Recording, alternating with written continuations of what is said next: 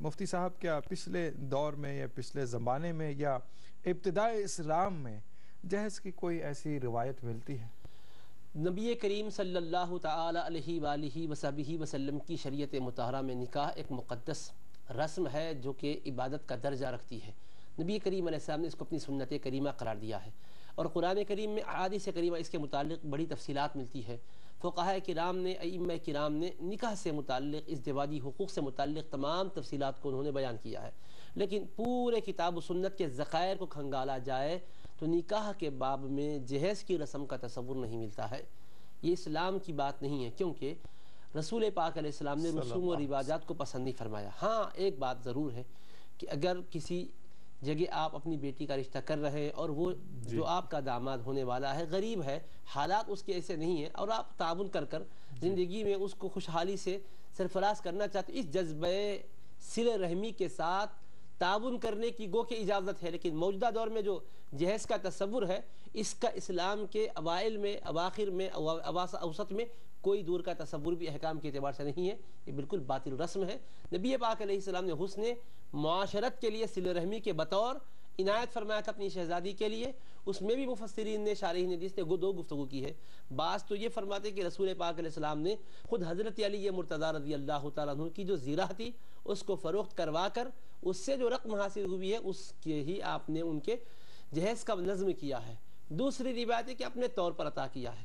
اپنے طور پر عطا کیا ہے کی توجیہ کو بھی اگر آپ اختیار کریں گے تو اس کی حکمت وہاں جو بتلائی جاتی ہے وہ یہ ہے کہ حضرت علی مرتضیٰ رضی اللہ تعالیٰ عنہ خود نبی پاک علیہ السلام کے زیر کفالت تھے۔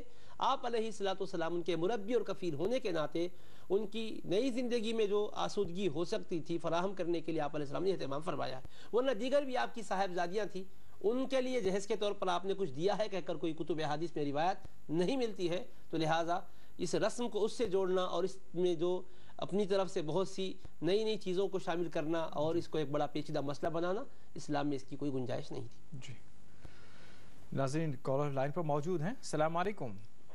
ہیلو جی السلام علیکم۔ وعلیکم السلام۔ جی کون صاحبہ کہاں سے؟ جی میں فلک نما سے بات کر رہی ہوں۔ جی بتائیے، سوال بتائے گا۔ یہ سوال کرنا تھا کہ جوڑے کی رقم کے علاوہ جو بھی سامان لیا جاتا ہے وہ بھی لینا جائز ہے، مطلب صحیح ہے، یا پھر اس کے بھی گناہگار ہوں گے، کچھ ٹھیک ہے، گناہ ہوگا اس کا؟ ٹھیک ہے، بہت شکریہ آپ نے ہمیں جوائن کیا، انشاءاللہ آپ کے سوال کا جواب جانے گا۔ دیگر کالر بھی لائن پر ہیں۔ السلام علیکم۔ ہیلو السلام علیکم۔ غالباً لائن ڈراپ ہو گئی ہے، ہم بڑھتے ہیں آگے، اس سوال کا جواب جانتے ہیں، لیکن آپ کے ہمارے درمیان ایک چھوٹا سا وقفہ حائل ہے، انشاءاللہ وقفے کے بعد دوبارہ ملاقات ہوگی۔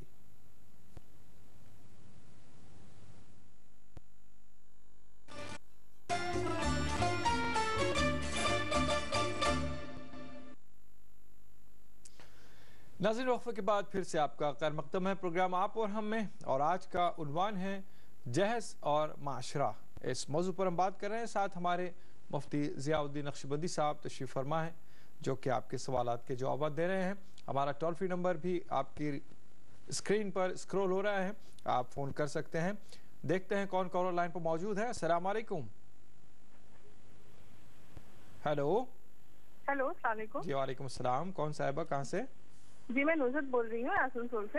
جی بتائیے کیا سوال ہے آپ کا؟ جی میرا سوال یہ ہے جی کہ عام طور پر یہ ہوتا ہے کہ شروع میں جب رشتہ طے کیا جاتا ہے تب تو کچھ ڈیمانڈ نہیں رہتا ہے، کہ کچھ ڈیمانڈ نہیں ہے، جی بٹ شادی ہونے کے بعد وہ ایکسپیکٹیشنز ہمیشہ رہتے ہیں اندر کہ ہاں یہ ملنا چاہیے، یہ ملنا چاہیے تھا، جی تو اس طرح سے، اور مطلب یہ بولا جاتا ہے کہ نہیں پیرنٹس کے پاس اتنا ہوتے ہوئے بھی انہوں نے نہیں دیا اپنی خوشی سے، مطلب یہ والی بات یہ کہاں تک جائز ہے؟ شروع میں کچھ نہیں بولتے ہیں کہ میرا کوئی ڈیمانڈ نہیں ہے، لیکن بعد میں وہ ایکسپیکٹیشن ہمیشہ رہتا ہے اندر۔ جی جی جی انشاءاللہ بات کرتے ہیں، اس پر بھی روشنی ڈالتے ہیں، یہ جو پہلو ہے چھپا ہوا اس کے اوپر بھی مفتی صاحب روشنی ڈالیں گے انشاءاللہ۔ بریک پر جانے سے پہلے جو سوال آیا تھا انشاءاللہ اس کے بارے میں ہم مفتی صاحب سے درخواست کریں گے کہ جواب عطا فرمائیں۔ جوڑے کی رقم کے علاوہ جو جہیز وغیرہ دیا جاتا ہے تو وہ لینا کہاں تک درست ہے؟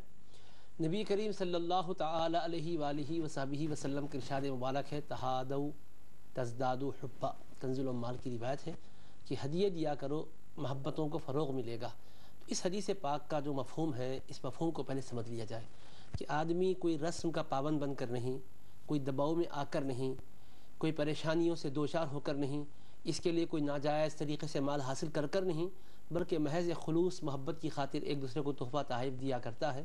تو یہ لینا اور دینا، ان تحفے تحائف کا تبادلہ محبت کا ذریعہ ہے۔ لیکن اب جو موجودہ شکل ہے، بات ہم موجودہ معاشرے میں مروجہ جو جہیز ہے اس پر کر رہے ہیں، تو اب آپ اس میں غور کریں کہ جہیز کے اندر جوڑے گھوڑے کی رقم کے علاوہ جو کچھ بھی ساز و سامان دیا جاتا ہے اور دیگر جو چیزیں دی جاتی ہے، دے سکنے کے بعد دینے کی بات نہیں ہے، بلکہ اس کے بارے میں برابر مطالبے کی شکل ہے، ڈیمانڈ کی شکل ہے۔ خواہ زبان سے کہیں یا یہ کہ حالات اس کے لیے ایسے سازگار کیے جائیں کہ خود بخود انسان دینے پر آمادہ اور مجبور ہو جائے۔ اس تناظر میں جو دینا اور لینے کا معاملہ ہے شرعی نقطہ نظر سے، لینے کا جہاں تک معاملہ ہے کہ مطالبہ کر قولاً مطالبہ کرے یا پھر مطالبے کا ماحول بنایا جائے یا ایسی صورتیں پیدا کی جائے کہ سامنے والا بہرحال دینے پر تیار ہو جائے، تو ایسی صورت میں یہ لینا چونکہ ہمارے خواہش اور ہمارے مطالبے پر ہو رہا ہے، شرعی اعتبار سے رسول پاک علیہ السلام کے فرمان کی روشنی میں درست نہیں ہے۔ جوڑے گھوڑے کی رقم ہو یا دیگر ساز و سامان ہو جو کہ استعمال کا ہو، رکھنے کا ہو، زینت کا ہو، نکھار کا ہو، سنگار کا ہو، کسی بھی نوعیت کا ہو۔ ہاں البتہ جہاں پر یہ صراحت کے ساتھ آپ کہتے ہوں کہ کوئی چیز مطلقاً ہمیں نہیں چاہیے، بالکل آپ اسی نظم اور اہتمام کے ساتھ معاملہ کر رہے ہوں، لیکن سامنے والوں کے پاس رسم کے طور پر نہیں ہے، بلکہ یہ سمجھ کر کہ بچی ہمارے گھر میں رہی تو ہم اس کو خوشحال دیکھنا چاہتے ہیں، اگر وہ دوسرے گھر جا کر اس گھر کو آباد کرتی ہے تو ہم چاہتے ہیں کہ اپنی بچی کی خدمت کرے، اس کے لیے خوشیوں کا سامان فراہم کرے، بغیر کسی دباؤ کے، بغیر کسی مجبوری کے اور بغیر کسی اور جگہوں سے پیسے حاصل کیے کہ خود ان کی وسعت اور استطاعت سے اگر وہ ہدیتاً دیتے ہوں اور آپ کے دل کے اندر ادنا درجے کی بھی اس کی حرص اور خواہش نہ ہو، تو پھر یہ یقیناً ایک ہدیہ اور تحفہ قرار پاتا ہے۔ اس کے لینے میں شرعاً قباحت کی بات نہیں ہے، لیکن یہ قیود اور یہ تفاصیل کو سامنے رکھنا چاہیے۔ محض اس سے جواز کی راہ نکال کر خامخواہ کے تنگ کرنا، پریشان کرنا اور اس کے بعد یہ کہنا ہم نے تو کچھ مانگا نہیں، انہوں نے اپنے سے خود دیا ہے وغیرہ وغیرہ، اس طرح کے بہانے نہ بنائے جائیں، حقیقت کو سمجھ کر اس کا معاملہ کیا جائے۔ جی مفتی صاحب، نصرت صاحبہ نے آسنسول سے کال کیا تھا کہ عام طور پر شادی کے وقت تو کوئی بات نہیں کی جاتی، لیکن اندر سے دل میں یہ خواہش ہوتی ہے یا امیدیں وابستہ ہوتی ہے لڑکی والوں سے کہ کچھ مال ضرور آئے گا یا دیا جائے گا، اور بلکہ اس کا اظہار بھی شادی ہونے کے بعد گاہے ماہے ہوا کرتا ہے۔ دیکھیے یہ بھی دیکھیے مانگنے کی دو شکلیں ہیں، ایک تو صراحتاً مانگنا ہے، لفظوں سے مانگنا ہے، کسی کو بھیج کر مطالبہ کروانا ہے، ایک تو یہ ہے کہ خواہش کا دل میں رکھنا کہ ملے گا، اور پھر نہ ملنے کی صورت میں یا ملا تو صحیح ہے مگر جو ان کو توقعات وابستہ تھی کہ اتنا ملنا چاہیے وہ نہیں ملا، تو وقتاً فوقتاً اس کا تذکرہ کرنا، تبصرہ کرنا، تان و تشنیع کے تیر سے اس کے نازک دل کو گھائل کرنا، یہ شرعاً حرام ہے، ظلم ہے، ناجائز ہے، گناہ ہے۔ رسول پاک علیہ السلام نے فرمایا الا لا تظلموا، حجت الوداع کا خطبے میں، حجت الوداع کا خطبہ ارشاد فرمایا اور اس خطبے میں فرمایا الا لا تظلموا، الا لا تظلموا، الا لا تظلموا فإنه لا يحل مال امرئ الا بطيب نفس منه، کہ دیکھو لوگو ظلم نہ کرو، اے لوگو خبردار ظلم نہ کرو، اے لوگو ستم نہ کرو، زیادتی نہ کرو۔ پھر فرمایا بے شک کسی کا مال بھی حاصل کرنا اس کی خوش دلی کے بغیر جائز ہی نہیں ہے فرمایا ہے۔ اب یہاں خوش دلی سے کون دیتا ہے؟ آپ غور کریں کہ اتنے افراد ایسے ہیں جو خوش دلی سے برضا و رغبت بغیر آپ کے ڈیمانڈ اور مطالبے کے برضا و رغبت دیتے کہاں ہیں؟ یہ سمجھ کر ہی دیتے کہ نہیں دیے تو بچی کی زندگی میں مشکلات کھڑا کر دی جائیں گی، خوشگواریاں ختم ہوں گی، بار بار تان و تشنیع کے تیر سے اس کے دل کو گھائل کیا جائے گا، یہ سمجھ کر دیتے اور اب عملاً ہو بھی وہی رہا ہے۔ جیسا بھی بہن صاحبہ نے کہا کہ بعد میں گاہ بگاہ اس کا تذکرہ کرنا، وقتاً فوقتاً اس کو زیر بحث لانا، یا پھر کسی دوسرے کی گھر کے بچے کی شادی ہونے کے بعد وہاں سے جو جہیز آیا ہے اس کو دکھا کر کہ انہوں نے یہ دیا ہے، آپ کے پاس یہ چیز نہیں آئی ہے، وغیرہ وغیرہ، یہ سب دلوں کو زخمی کرنے کی باتیں ہیں۔ اللہ تبارک و تعالیٰ نے ناجائز قرار دیا ہے، انکم لا تظلمون ولا تظلمون کا حکم ہے کہ کسی پر زیادتی نہ کرو، ظلم نہ کرو، کسی کے دل کو شکستہ نہ کرو، رسول پاک علیہ السلام کی تعلیمات کے خلاف ہے، ہرگز ایسا نہیں کرنا چاہیے۔ یہ دراصل ایک خواب ہے جو لوگوں کا ہوتا ہے کہ بھائی شادی کے فوری بعد ہماری مالی حالت بہت بہتر ہو جائے اور ہم دنیا کے اندر جھوٹی شان کے ساتھ چلنے پھرنے والے بن جائیں، صبح شادی کی صبح جب گھر سے نکلے تو پھر ہمارا تم تراق کچھ اور ہی رہے. یہ جو دکھاوا ہے، فخر ہے، تفاخر ہے، اس کے جذبے میں اس طرح کے احساسات ہوتے ہیں. اللہ تعالیٰ امت مسلمہ پر رحم فرمائے اور یہ بدترین جو ہمارے اندر جو رواجات آ چکے ہیں اس کا خاتمہ فرمائے. جی مفتی صاحب، جہیز اور معاشرے کا جو ہمارا عنوان چل رہا ہے، اس میں درمیان میں ایک اور چیز بھی آ جاتی ہے. شادی میں کھانے وغیرہ کے متعلق عام طور پر دلہن والوں پر کہ بھئی اتنے ہزار لوگوں کی دعوت ہوگی یا اتنے 100 کی، جہیز نہ دیا جائے لیکن دعوت دی جائے. بہرحال جہیز کا مطلب صرف یہی نہیں ہے کہ ساز و سامان ہی کی بات کی جائے، جہیز ہی منع نہیں ہے، بلکہ ہر قسم کا مطالبہ جو کہ ان کے پر شرعی ذمہ داری نہیں ہے. پہلے تو نکاح کا اسلامی تصور کیا ہے؟ شادی کر کے جب لڑکی کو آپ اپنے گھر لاتے ہیں تو شرعی اعتبار سے آپ اس کے قیم ہے، نگران ہے، ذمہ دار ہے، اس پر خرچ کرنا آپ کو اللہ کی طرف سے فرمایا گیا ہے. قرآن مجید میں ارشاد خداوندی ہے لِيُنْفِقْ ذُو سَعَةٍ مِّن سَعَتِهِ، اور نبی کریم صلی اللہ تعالی علیہ وآلہ وصحبہ وسلم نے اس کی تشریح میں 3 باتیں بیان کی ہیں. ایک تو رہائش دینا، ایک اس کو اچھے پوشاک سے اور بہترین لباس سے سرفراز کرنا، دوسرا اس کو کھلانا پلانا. یہ کس کے ذمہ کیا؟ شوہر کے ذمہ کیا. تو جو لڑکی کو آپ لے جا رہے ہیں اس پر خرچ کرنا آپ کی ذمہ داری ہے. یہ نہیں ہے کہ اس پر خرچ کی اس کے ماں باپ ذمہ دار ہیں یا پھر آپ ان سے بھیک مانگیں کہ آپ کھانے کا نظم کر دیں، ہم مہمانوں کو لاتے ہیں آپ ضیافت کریں. بھئی کسی کے پاس مہمان جائے، وہ اگر اپنی استطاعت کے مطابق ضیافت کرے تو وہ یہ الگ چیز بات ہے، لیکن مطالبہ کرنا کہ ہم اتنے مہمانوں کو لائیں گے اور آپ کھلاؤ، اور پھر اس میں یہ مطالبہ کہ کھانے کے بھی یہ قسم ہونی چاہیے، یہ نوعیتیں ہونی چاہیے، پھر اس کے بعد پھر رقیق تبصرے بھی کرنا اور دل کو مجروح کرنا، یہ ساری چیزیں ازر و شرع ناجائز و حرام ہے. رقم کا مطالبہ بھی ناجائز ہے، سامان جہیز کا مطالبہ بھی ناجائز ہے، لباس کا، خوراک کا، پوشاک کا جیسا ناجائز ہے. اسی طرح سے اس موقع پر دعوت کرو کر مطالبہ کرنا، ڈیمانڈ کرنا، یہ بھی شرعاً نادرست ہے، ناجائز ہے، اس سے بھی بچنا چاہیے. جی کالر لائن پر موجود ہیں. السلام علیکم. السلام علیکم. وعلیکم السلام. کون صاحبہ کہاں سے؟ فاطمہ حیدرآباد سے. جی بتائیے کیا سوال ہے آپ کا؟ جی سوال یہ ہے کہ یہ غریب طبقے میں تو عموماً یہ ہوتا ہے کہ جہیز کی لعنت ہے اور کافی لوگ اس سے متاثر ہوتے ہیں. جی. لیکن یہ بھی دیکھا گیا ہے کہ جو امیر لوگ ہیں وہ لوگ کیا کرتے ہیں کہ اپنی شان بتانے کے لیے، یعنی یہ بتانے کے لیے کہ ان کے پاس کتنا پیسہ ہے، وہ کتنا دے سکتے ہیں، جی. وہ بہت سی اشیاء، یعنی اگر مانگ ہو یا نہ ہو، یا پھر شاید لوگ ہی یہ دیکھ کر ہی اس گھر میں رشتہ کرتے ہیں کہ وہاں سے یہ سب ملے گا. جی. تو صرف اپنی شان بتانے کے لیے یہ چیز جہیز وغیرہ دیا جاتا ہے. تو اس سے جو دوسرے جو لوگ جو نہیں دے سکتے ان کو کافی یعنی دشواریاں پیدا ہوتی ہیں. تو اس طرح کی یعنی جو معاشرے میں ایک وہ کیا ہے، دو باتیں ہیں. ایک تو یہ لوگ اس طرح کرتے ہیں اور جو غریب لوگ ہیں وہ لوگ مجبور ہو جاتے ہیں دینے کے لیے. جی. اگر نہ دیں تو آپ لوگ تو واقف ہیں کہ جو بتا رہے ہیں آپ لوگ کے جو مسائل ان کو درپیش آتے ہیں، تو اس تعلق سے ذرا. ٹھیک ہے بہن، انشاءاللہ بتاتے ہیں آپ کو. بہت شکریہ آپ نے ہمیں جوائن کیا حیدرآباد سے. مفتی صاحب، بہن صاحبہ کا جو سوال تھا اس سے متعلق جواب ہوتا ہے. فرمائیں عام طور پہ لوگ دکھاوے کے لیے، بڑا ہی ظاہر کرنے کے لیے اتنا جہیز دیتے ہیں جس میں غریب بچوں کا اگر خیال کیا جائے تو 8-10 بچیوں کی شادی ہو جائے، اور پھر اس میں بہت سے ایسی چیزیں بھی دی جاتی ہے کہ جس کے استعمال سے کوئی تعلق ہی نہیں ہوتا، کبھی اس کے استعمال کی ضرورت بھی نہیں آتی، زندگی بھر وہ زینت ہی کی چیز بن کے رہتی ہے.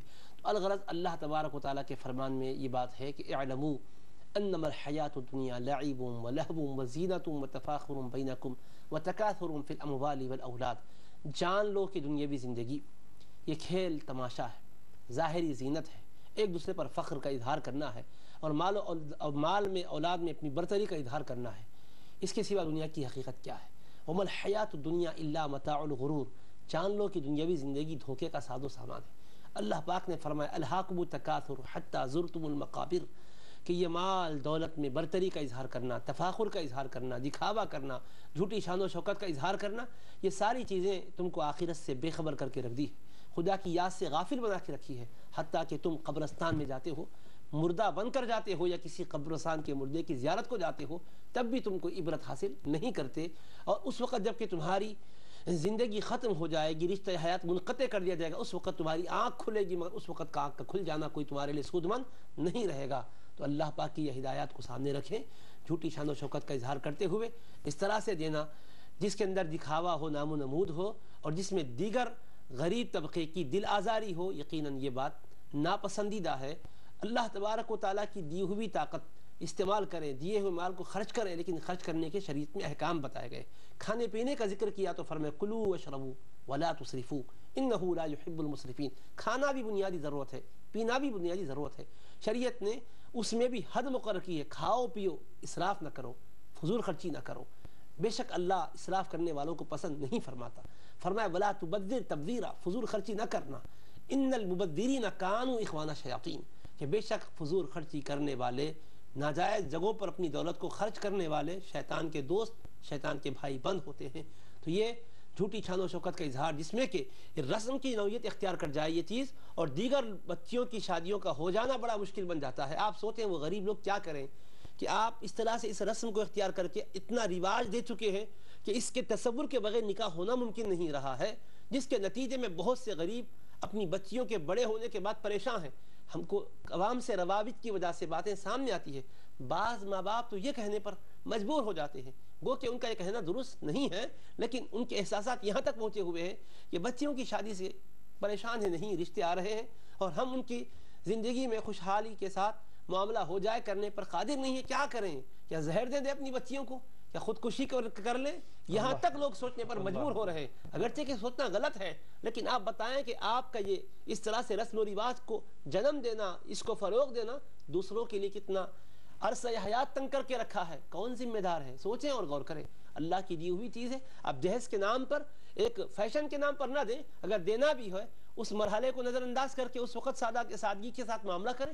باقی موقع پر آپ اپنی بچی کو جو کوئی دینا چاہتے ہیں دے سکتے ہیں، آپ جہاں آپ حلال طریقے پہ مال خرچ کرنا چاہتے ہیں منع نہیں ہے، لیکن جھوٹی شان و شوکت کے اظہار کے لیے، اپنے ناموری کے لیے یہ کرنا، اور اس کے نتیجے میں دیگر لوگوں کے لیے راہیں مسدود ہو جانا نکاح کی، یہ کتنی بری بات ہے۔ اللہ تبارک و تعالیٰ نے غلط راستوں پر جانے سے بھی روکا ہے اور راہ حق کو روکنے سے بھی روکا ہے۔ ایک روکنے کا طریقہ تو یہ ہے کہ آپ یہ تبلیغ کریں، یہ مسلم غریب بچیاں ہیں شادی نہ کی جائے، یہ روکنا بھی روکنا ہے، لیکن ایسی صورت اختیار کرنا کہ جس کے نتیجے میں ان تک رشتے نہ پہنچ سکیں، یہ اس سے زیادہ خطرناک ہوتا ہے۔ تو اپنے طرز عمل کا جائزہ لے کر ہم بھی تھوڑا اپنے مزاج میں سادگی کو پسند اختیار کریں، توازوں کو اختیار کریں، اور سیدھا سادہ جو حضور نبی کریم علیہ السلام کا طریقہ مبارکہ رہا اس کو اختیار کریں۔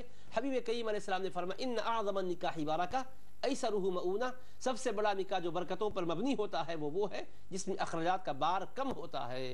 انشاءاللہ۔ ناظرین کالر لائن پر موجود ہیں، السلام علیکم۔ ہیلو، السلام علیکم۔ ہیلو، غالباً لائن ڈراپ ہو گئی ہے۔ انشاءاللہ اور مزید گفتگو کا سلسلہ جاری رہے گا، لیکن یہاں لیتے ہیں ایک چھوٹا سا وقفہ، انشاءاللہ وقفے کے بعد دوبارہ آپ کی خدمت میں حاضر ہوں گے۔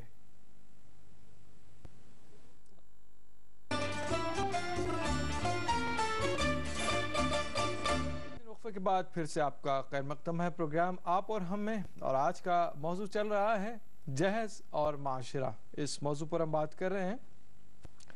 بریک پر جانے سے پہلے جو بات ہو رہی تھی غریب طبقے سے متعلق بات ہو رہی تھی، اور دیگر کالر بھی لائن پر موجود ہیں۔ السلام علیکم۔ ہلو جی السلام علیکم۔ وعلیکم السلام سر، کہاں سے؟ میں ڈسٹرکٹ ہردوار سے بول رہا ہوں، جنید اتراکھنڈ سے۔ جی میں یہ معلوم کرنا چاہتا ہوں کہ اسلام میں کیا حد محدود کی گئی ہے کہ اتنا جہیز اتنا دینا چاہیے یا اتنا نہیں دینا چاہیے، اس کی کچھ حد ہوگی تو میں وضاحت چاہوں گا اس بات کی کہ اسے کلیئر کریں کہ کہاں تک اسلام نے اس کی حد رکھی ہے، جہیز دینے کی حد۔ جی جی ٹھیک ہے، کس حد تک دے سکتے ہیں اور کہاں تک، مطلب اسے کلیئر کر دیا جائے تھوڑا سا، تو اس کے لیے میں آپ سے ریکویسٹ کرتا ہوں۔ ٹھیک، اس کی کوئی گنجائش ہے بھی یا نہیں بھی انشاءاللہ بتاتے ہیں، آپ کو واضح کرتے ہیں۔ بھائی بہت شکریہ آپ نے میں کال کیا۔ فاطمہ صاحبہ نے سوال جو کیا تھا کہ عام طور پر غریب طبقے کی جو بچیاں ہیں وہ اٹھ نہیں پاتی ہیں، بڑے طبقے کے یا پیسے والے خاندانوں کی جو بچیاں ہیں ان کی شادیوں کی وجہ سے، تو مفتی صاحب جو ہے جیسے اس طرف میں ایک توجہ دلانا چاہ رہا ہوں کہ انفقوا مما رزقناکم جو کہا جا رہا ہے، تو سوائے اپنے اہل و عیال کو ہی شاداں و فرحاں رکھے یا خوش و خرم رکھے، یا دوسروں کے اوپر بھی اس کی بات لاگو ہوتی ہے؟ اللہ تبارک و تعالیٰ نے جہاں خرچ کا حکم فرمایا ہے وہاں یہ ہدایت دی ہے۔ یسألونک ماذا ينفقون، اے حبیب لوگ آپ سے پوچھتے ہیں کہ کیا خرچ کریں، تو اللہ تبارک و تعالیٰ نے فرمایا قل ما انفقتم من خیر فللوالدین والاقربین والیتامی والمساکین وابن السبیل۔ اللہ پاک نے خرچ کی بات کی تو 5 مقامات خرچ کرنے کے ذکر کیے بنیادی طور پر۔ ایک تو ماں باپ پر خرچ کرنے کے لیے فرمایا، اولاد پر خرچ کرنے کے لیے فرمایا، قرابت داروں پر خرچ کرنے کے لیے فرمایا، اور غریبوں اور مسافروں پر خرچ کرنے کے لیے فرمایا۔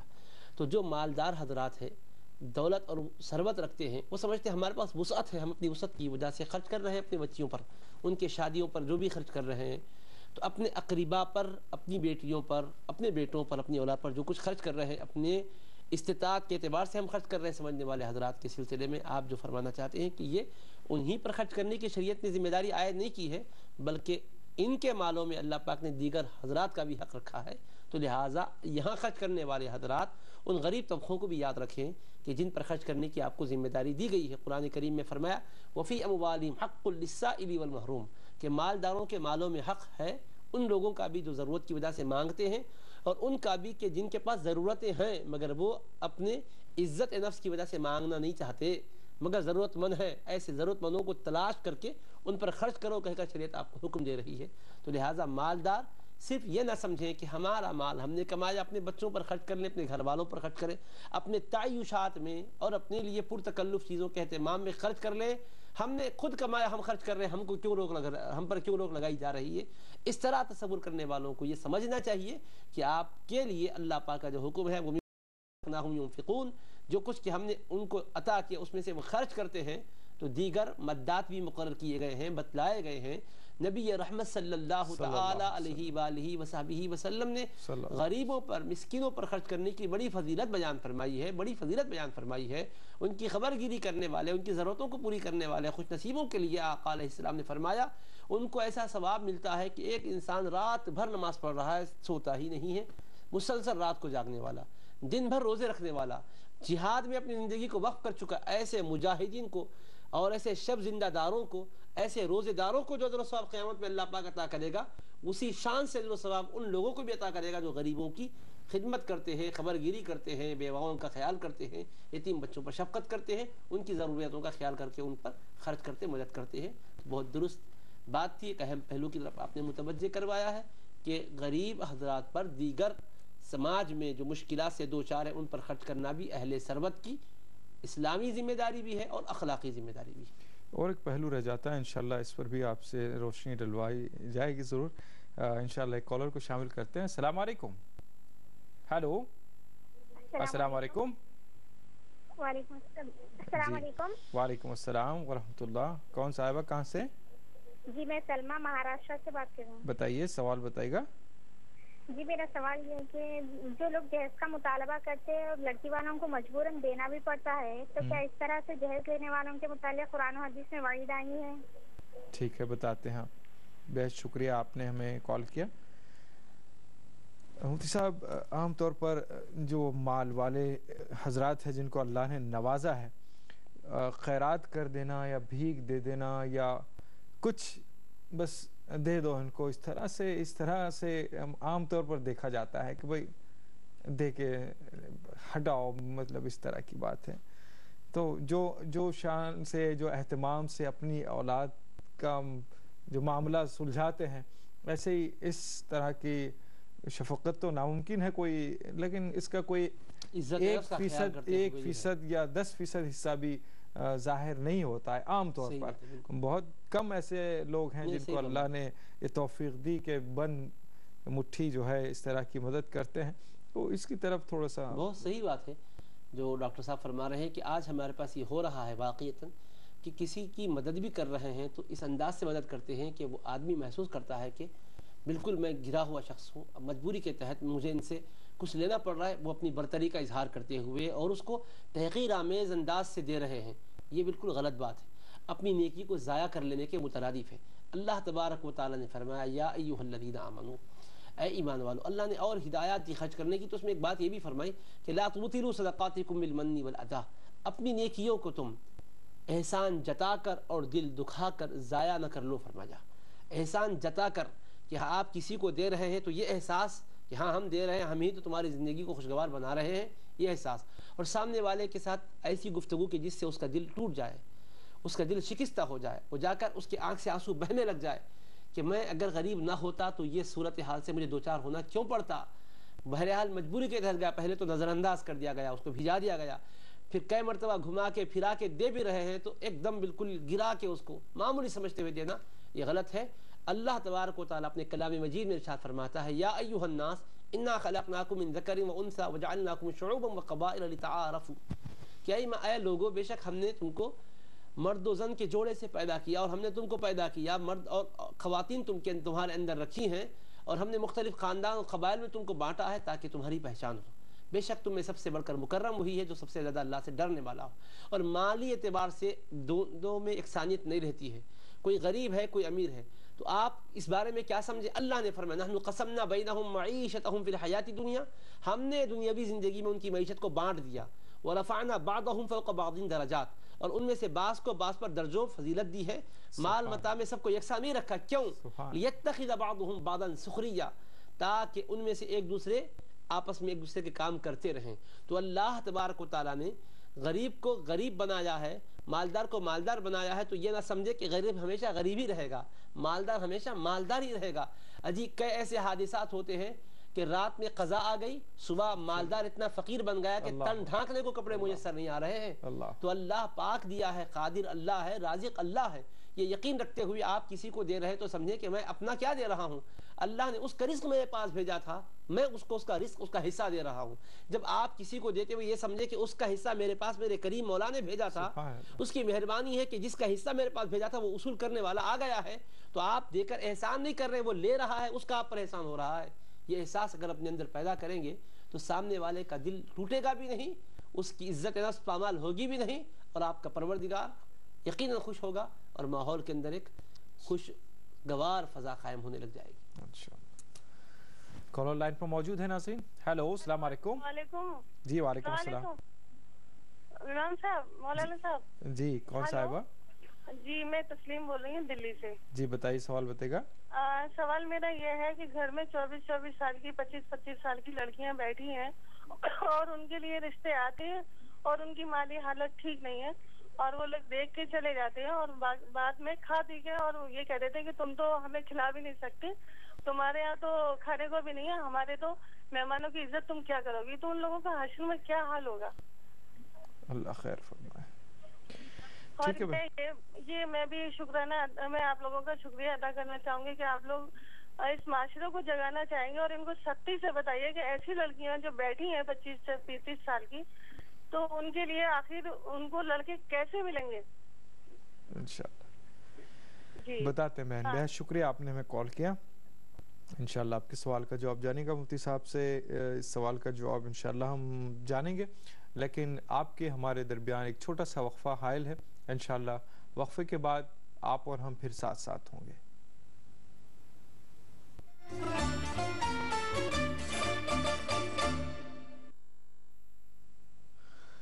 ناظرین، وقفے کے بعد پروگرام کے آخری سیگمنٹ میں پھر سے آپ کا خیر مقدم ہے.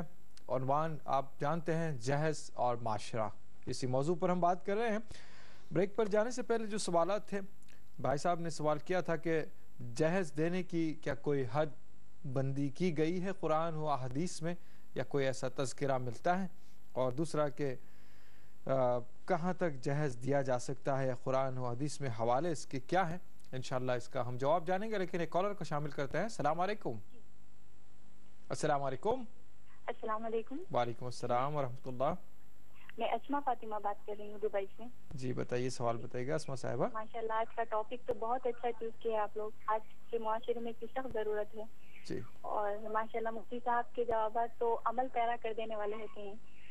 آمین. اللہ بات کو دلوں میں اتار دے اور عمل والے بنا دے سب کو. آمین. جی آج کے ٹاپک سے متعلق میرا سوال یہ تھا کہ جہیز کی لین دین کو روکنے کا کیا طریقہ کار ہونا چاہیے، اور دوسرا سوال یہ تھا کہ جب جہیز دیا ہی جاتا ہے تو اس کے استعمال کا طریقہ کیا ہو؟ سسرال والے بھی کیا جہیز استعمال کر سکتے ہیں؟ اور لڑکی کا یہ کہنا ہے کہ میرا جہیز مت استعمال کرو، یہ کہاں تک درست ہے؟ ٹھیک ہے، بہت شکریہ آپ نے ہمیں دبئی سے جوائن کیا. آپ کے سوال کا جواب جانے گا، لیکن اس سے پہلے جو کالر نے کال کیا تھا، جہیز دینے کی کیا کوئی حد ہے قرآن و حدیث میں اس کا کہیں تذکرہ ملتا ہے؟ نبی کریم صلی اللہ تعالی علیہ وآلہ وصحبہ وسلم کی احادیث کریمہ میں جو صحابہ کرام کے نکاح کے واقعات آتے ہیں، تفصیل کے ساتھ بہت سی باتیں مرقوم ہیں، مندرج ہیں، لیکن جہیز کے حوالے سے کوئی بات نہیں ملتی ہے سوائے ایک سیدنا فاطمہ الزہرا رضی اللہ تعالی عنہ سے متعلق ہے، جس کی وضاحت ہم نے ابتدائی گفتگو میں تفصیل کے ساتھ کر دی ہے۔ اب رہا مسئلہ کہ حد بندی بھی کوئی ہے، تو بنیادی طور پر اس موقع پر جہیز کے طور پر کچھ دینا یہ بچی والوں کے ذمے شریعت نے کیا ہی نہیں ہے۔ نکاح میں ہوتا کیا ہے؟ ایجاب و قبول دو گواہوں کے سامنے ہوتا ہے اور شرعاً مہر کے ساتھ نکاح منعقد ہو جاتا ہے۔ اب ساری ذمہ داری شوہر کے اوپر آتی ہے۔ اللہ پاک نے کلام مجید میں فرمایا الرجال قوامون علی النساء بما فضل اللہ بعضهم علی بعض وبما انفقوا من اموالہم۔ تو رب ذوالجلال نے خرچ کرنے کی ذمہ داری مردوں پر عائد کی ہے اور فرمایا لینفق ذو سعۃ من سعتہ۔ اور اس کی تشریح میں یہ تفسیر قرآن کریم کی آیت کریمہ ہے کہ ہر مالدار اپنی وسعت کے مطابق اپنی بیوی پر خرچ کرے۔ فقہائے کرام نے اس کی شرح کرتے ہوئے لکھا ہے، ہدایہ فقہ کی ایک معروف کتاب ہے، اس میں لکھتے ہیں اسی آیت کریمہ کو حوالہ دیتے، اسی آیت کریمہ کو دلیل بنا کر کہ سکنا دینا، نفقہ دینا اور اس کے لیے خرچ کرنا، پہنانا اور اچھے مقام پر رکھنا یہ شوہر کی ذمہ داریوں میں سے ہے۔ رسول پاک علیہ السلام نے بھی یہ اسی کے ذمہ قرار دیا ہے۔ تو آپ مجھے بتائیے قرآن کریم کی آیات اور احادیث کریمہ کی روایات میں کہیں اور یہ ایسی بات ملتی ہے کہ بچی والے لڑکی کو جب دے تو کچھ اور ان کے اوپر عائد کر دے کہ ان کے اوپر ذمہ داری کو جہیز کے طور پر دے، کوئی کم سے کم اتنا ہو یا زیادہ اتنی حد ہو؟ ایسا نہیں ہے۔ مہر کے بارے میں البتہ کم سے کم کی حد ہے، مگر زیادتی کی کوئی حد مقرر نہیں ہے۔ سرے سے جہیز کا کوئی تذکرہ، کوئی اس پر بیان ہے ہی نہیں کتب و کتاب و سنت میں، تو اتنا یا اتنا کی بات کہی آ ہی نہیں سکتی ہے۔ ہدیہ اور تحفے کی نوعیت سے جہاں تک معاملہ ہے وہاں پر بھی ہم نے وضاحت کر دی ہے کہ محض تحفتاً ہدیتاً دینا گو کہ جائز ہے، لیکن ہدیے ہی کی نوعیت رہے، لیکن موجودہ دور میں صورتحال اس کے برعکس ہے۔ اس لیے یہ سارے کے سارے حالات اور ماحول کو سامنے رکھتے ہوئے اور اس کے جو منفی اثرات مرتب ہو رہے ہیں سماج پر، اس کو سامنے رکھتے ہوئے سنجیدگی سے آپ اس کی روک تھام ہی کریں، اسی میں عافیت سماج کی بہتری معلوم ہوتی ہے۔ جی مفتی صاحب، ایک سوال آیا تھا، بہن صاحبہ نے دلی سے سوال کیا تھا، بچیوں کی عمریں بڑھتی جا رہی ہیں، گھر بیٹھی ہوئی ہیں، شادیاں نہیں ہو پا رہی ہیں جہیز کی وجہ سے، اور اس کا مطالبہ کرنے والوں کا یا ایسے حالات پیدا کرنے والوں کا کیا حشر اس دنیا میں ہوگا اور آخرت میں کیا حشر ہوگا؟ انتہائی کربناک صورتحال ہے بہن، بڑے درد مندی دل کے ساتھ انہوں نے اس سوال کو پیش کیا۔ حقیقت میں بہت ہی ہمارے لیے انتہائی قابل غور بات ہے، کیا ہمارا معاشرہ کتنا گراوٹ کا شکار ہوتا جا رہا ہے کہ مطالبہ جہیز کا، اور پھر رشتوں کے سلسلے میں جب گھر میں جاتے ہیں تو وہاں اس انداز سے تحقیق اور تفتیش کر کے پھر اس کے بعد یہ کہنا کہ بھائی ہماری ضیافت آپ لوگ نہیں کر سکتے، کیا کھلا سکتے، کیا پلا سکتے، یہ کتنی دل آزاری کی بات ہے۔ اللہ تبارک و تعالیٰ کے رسول علیہ السلام نے تو یہ حکم دیا ہے کہ ایک مومن کا دل خوش کرو، اپنے بھائی کے سامنے تم مسکراتے ہو اور خوشی کے ساتھ اس کو ایک نظر دیکھتے ہو تو یہ عمل بھی تمہارا نیکی ہے، کیونکہ اس کے دل میں تم نے خوشی کو پیدا کر دیا ہے۔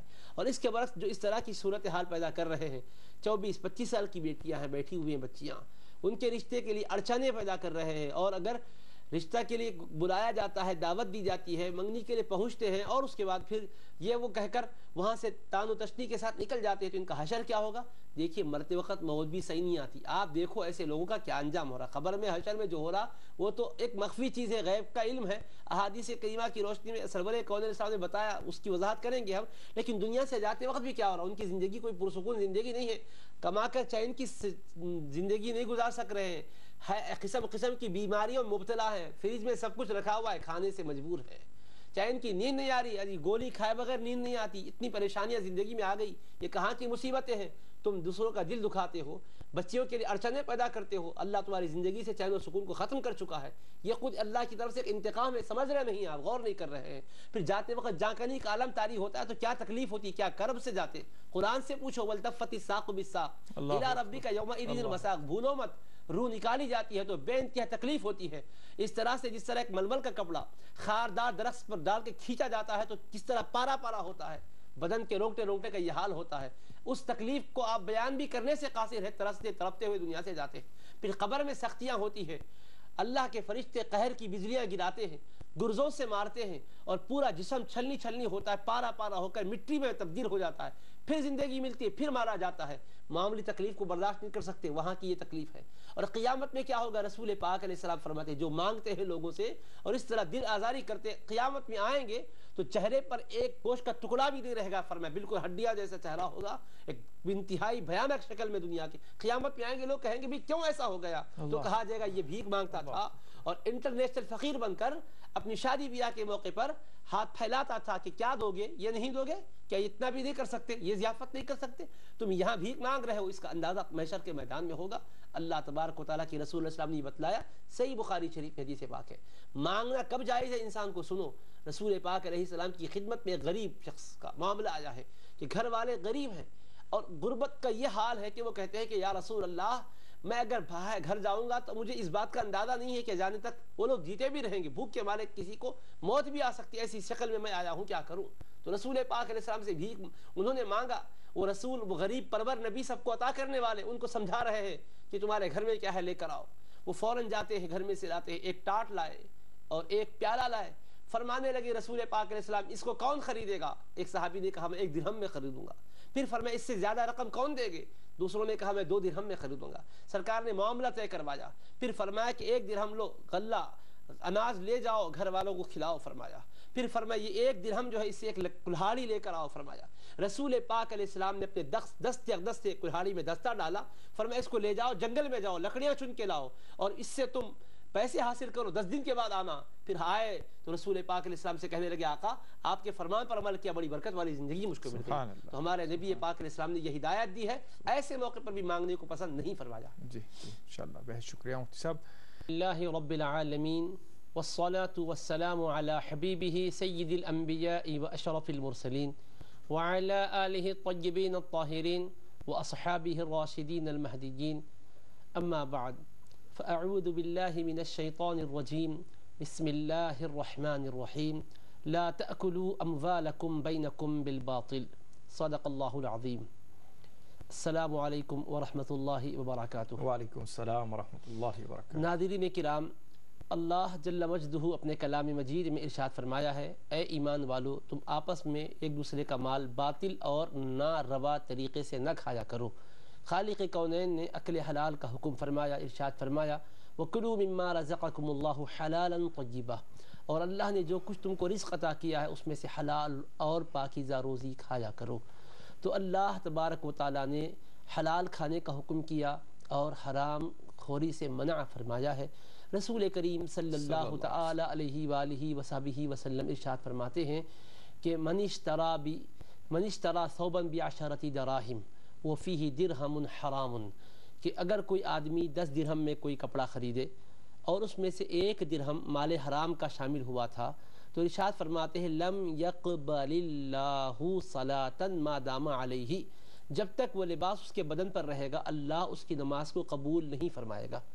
اب اس روایت مبارکہ کی روشنی میں ان لوگوں کو غور کرنا چاہیے جو جہیز کا مطالبہ کرتے ہیں اور دباؤ میں آ کر بچی والے، چونکہ بچی کا مسئلہ ہے، شادی کرنا ہے، بیاہ کا معاملہ ہے، اب جہیز اگر نہیں دیں گے تو بچی ویسے ہی بن بیاہی رہ جائے گی، تو مجبوراً حالات کے دباؤ میں آ کر یہ دے رہے ہیں، بطیب خاطر خوش دلی سے کوئی دینے کو تیار نہیں ہے، غریب ہے، پریشان ہے، لیکن کسی نہ کسی طریقے سے کوشش کر کے جتن کر کے کچھ نہ کچھ دیتے ہیں۔